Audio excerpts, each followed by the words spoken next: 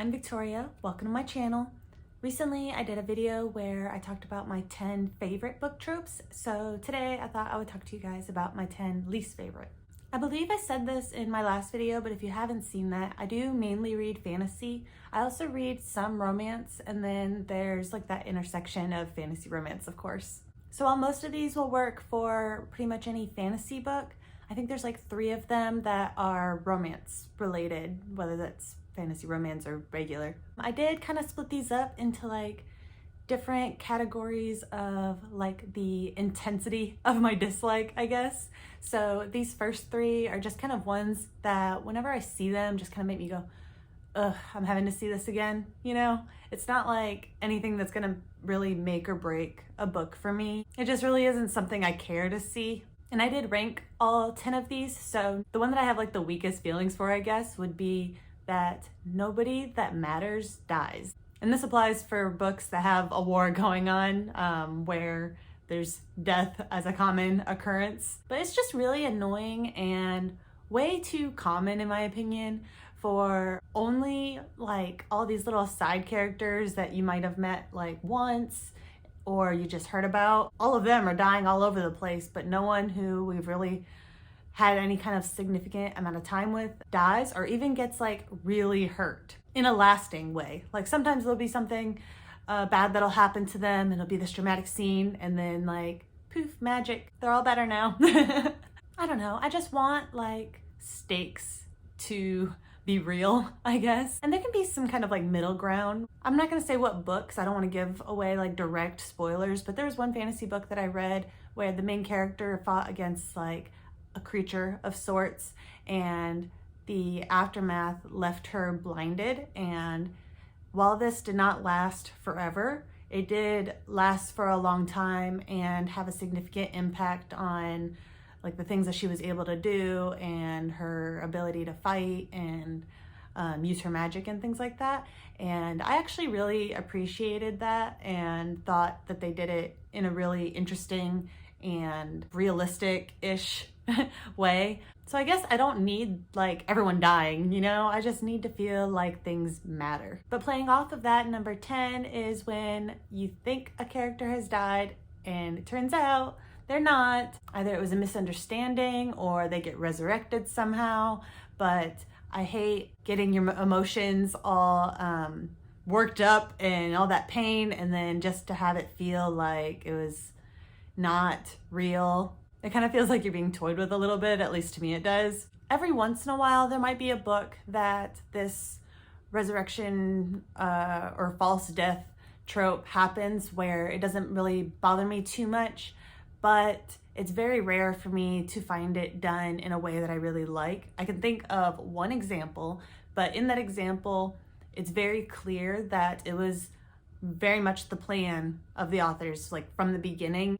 And there were things in the world leading up to this point that made it so that way when this character was not truly dead, it still fit the story and made sense. Number 8 is one of the biggest issues that I've been having with fantasy romance books right now, and that is when lust is portrayed as being love. And don't get me wrong, there is totally nothing wrong with like the character, you know, starting a new romance and getting all excited about that and being in like that little honeymoon phase and everything. But so many of the books that I've read, it's like the main character has known this love interest for like maybe a month, sometimes less. And already at this point, they are ready to like burn the world, leave their family, just go to these like crazy extremes. And it's like, you just met this guy, you've had like one serious conversation with him. Aside from that, y'all do some like flirty banter, but you've had one serious conversation with him, maybe, and already you're at this point. I know that when I was a teenager, I did kind of get into puppy love mode pretty quickly. So I guess there's a little bit of wiggle room in that department, but my stakes in my life were not like that. So like these situations and the things that the characters like are willing to do or abandon or whatever, it makes me lose respect for them And if the book is good, then it can help me back, like I can bounce back from these feelings and be okay with it and still enjoy the book. But if the book is only okay, this can be something that's like, what are we even doing all this for? It just makes the character look kind of dumb. Especially since this trope, or is this considered a trope?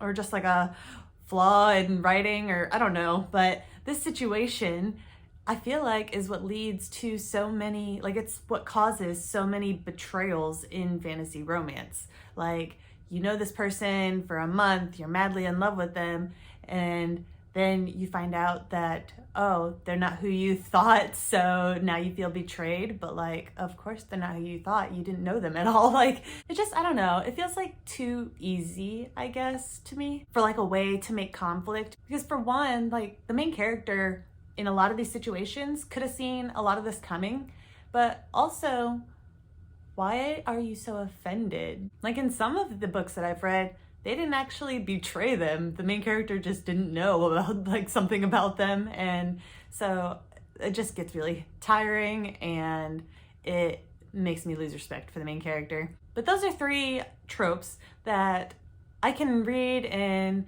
you know, kind of roll my eyes at, but still have a good time with the book. These next 3 are like the next level up. While it's possible for me to still enjoy the book, it's a lot harder. Like pretty much every other aspect of the book I have to be enjoying for me to like it if it has one of these tropes. In the video that I did about my favorite tropes, I mentioned the reluctant hero, and while that is for sure one of my favorites, number 7 I put down as like kind of an extreme reluctant hero who they're kind of like selfish, where they have all these responsibilities thrown on them and they don't want to do it, but it's like, you have an entire kingdom that's dependent on you doing this job, and I get that you don't want to do it, but that is a lot of lies for you to sacrifice just because you don't like the job.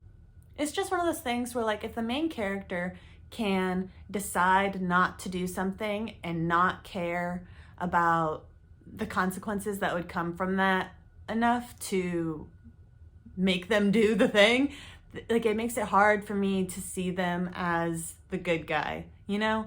Like it's okay to be the reluctant hero in the way of like thinking about how much you don't want to do this and struggling with it and stuff, but do the job. Like be the hero even if you don't want to, and don't wait until like a whole like town is killed or something, you know? And obviously there's some wiggle room with this if it's like, you know, one of those books where the characters aren't necessarily supposed to be likable, but if we're supposed to root for this person, they need to be someone I can root for. And if they're sacrificing people, that's not gonna happen. Number 6 isn't really a trope. It's just when the messages or themes of the story are done a little too heavy-handed.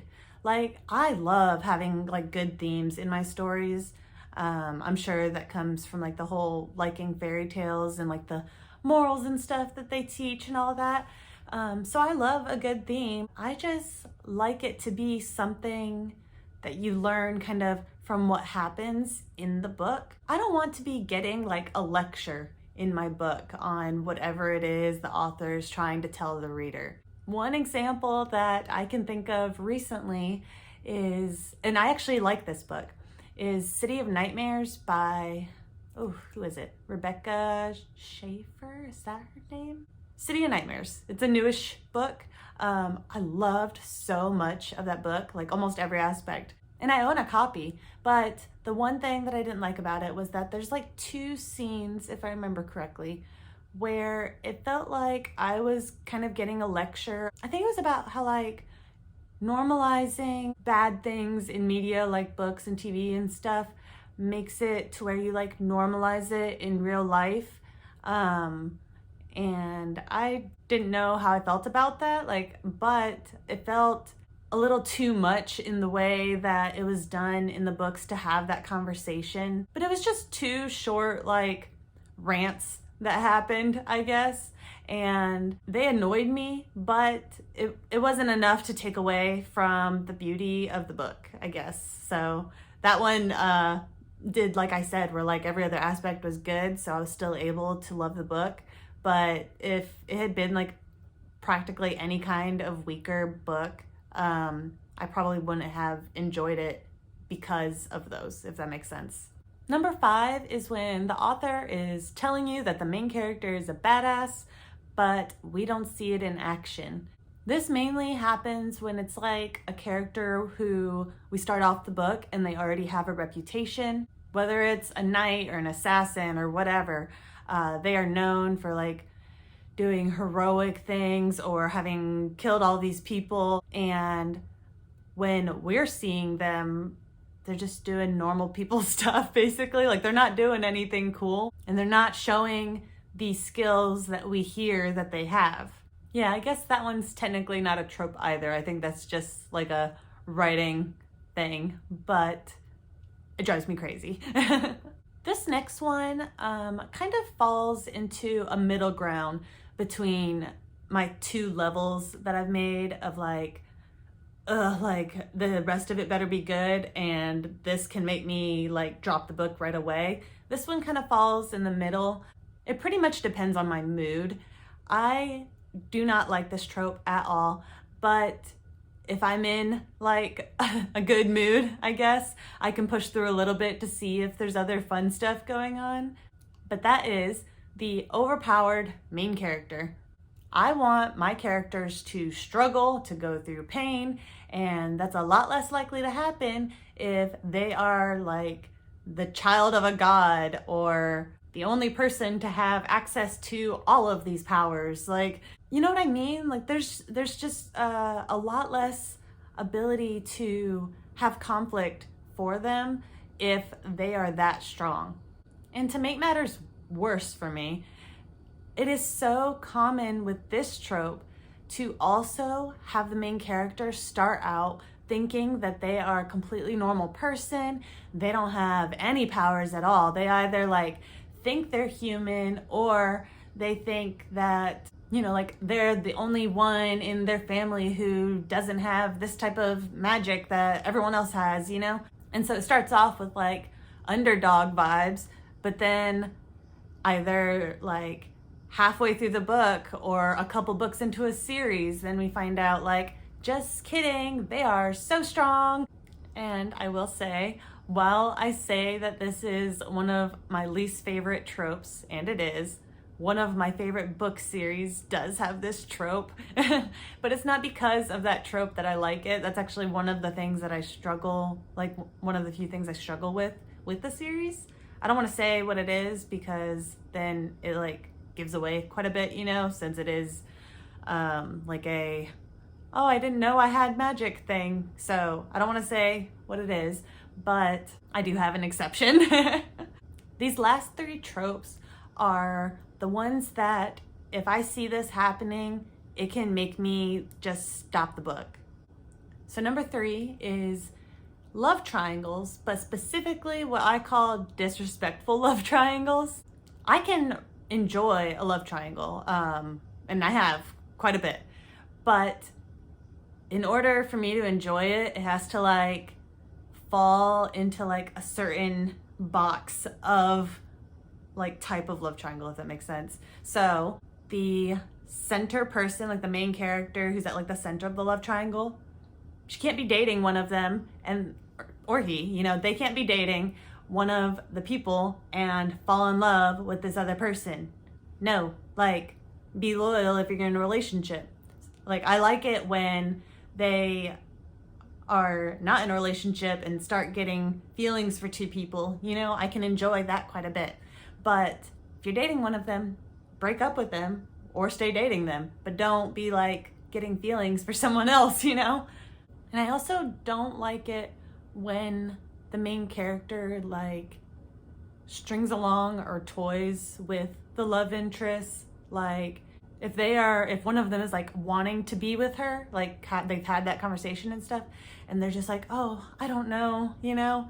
I don't really like that too much. It might be possible to do that okay, but I typically enjoy it where it's a more subtle, I guess, love triangle. Just two people in love with the main character. They're developing feelings for both of those people and trying to figure out kind of what direction they'll go if they end up picking. Sometimes if there's like alternative reasons why they can't just give them an answer or whatever, whether it's like political or whatever, then I can like get behind it more. But I don't know, I have to like my characters, and if I feel like they're treating the people that they love bad, it's hard to do that. And playing off of this trope, number 2 is just cheating. And when it's like not depicted as just being something awful, like if the author just kind of tries to brush it off as not a big deal, or if it's written in like a way that's romanticized, I hate it. I can't. Like, I will immediately hate the main character. Even just the main character like contemplating it, a lot of times, like, it might not make me quit the book, but it will immediately start making me lose respect for them. And if they do cheat, then it's very likely that I will quit the book. And like I've said with these other points, this is for characters that you are meant to like. If we're talking about like a mini POV fantasy world where one of them is very clearly, you know, a bad person and you see them doing this, I'm not gonna have the same ick factor. Like, obviously there's the ick factor, but I'm not going to like need to stop reading because the characters I like aren't doing this. Like, the people who are supposed to be the good guys aren't being shitty. But so for my number 1 least favorite book trope, this might come as a surprise because I feel like for most people it's not really anywhere near as big of a deal, but this is the main character that just wants to be mad. A lot of times I see this in YA fantasy with a female protagonist. I'm not saying like that they're all like that, because they're for sure not, but when I see this character trope, a lot of the times that's where I see it. And it's just where they are like non-stop picking fights with like anybody, or like thinking that someone who is a good guy, but they make this random assumption about something that doesn't connect at all, and all of a sudden thinks that they are like the worst person ever. And you're like, how did you make this like thought connection? It doesn't click. And that's the thing with a lot of this character type, with a lot of these characters, the things that they get mad about, watching their train of thought that leads to them getting mad, you're like, none of that makes sense. And I think this one is my least favorite because while the other ones, they make me not like the character because, you know, they don't have the morals that I want them to have for being like the protagonist of a story, this one makes me want to stop reading a book. One, because it's super annoying to have someone just trying to fight all the time, like argue or physical fight, like either way. Just, it's super annoying having a character try to do that all the time. But 2, the majority of the time, these characters, because their thought processes don't make sense, it makes them look stupid. And I'm not gonna be interested in following a character that I think is dumb. Yeah, so like dumb and annoying. Like, how am I going to enjoy a book where I view the main character this way, you know? So I think that's why it is like the biggest one for me. But yeah, so those are my 10 least favorite book tropes. Feel free to let me know what your least favorite one is. I was struggling when I was like trying to think. So I'm curious to see if I see any that I was like, oh yeah, that is for sure also one of my least favorites. But thank you guys so much for watching. Have a great day. Bye.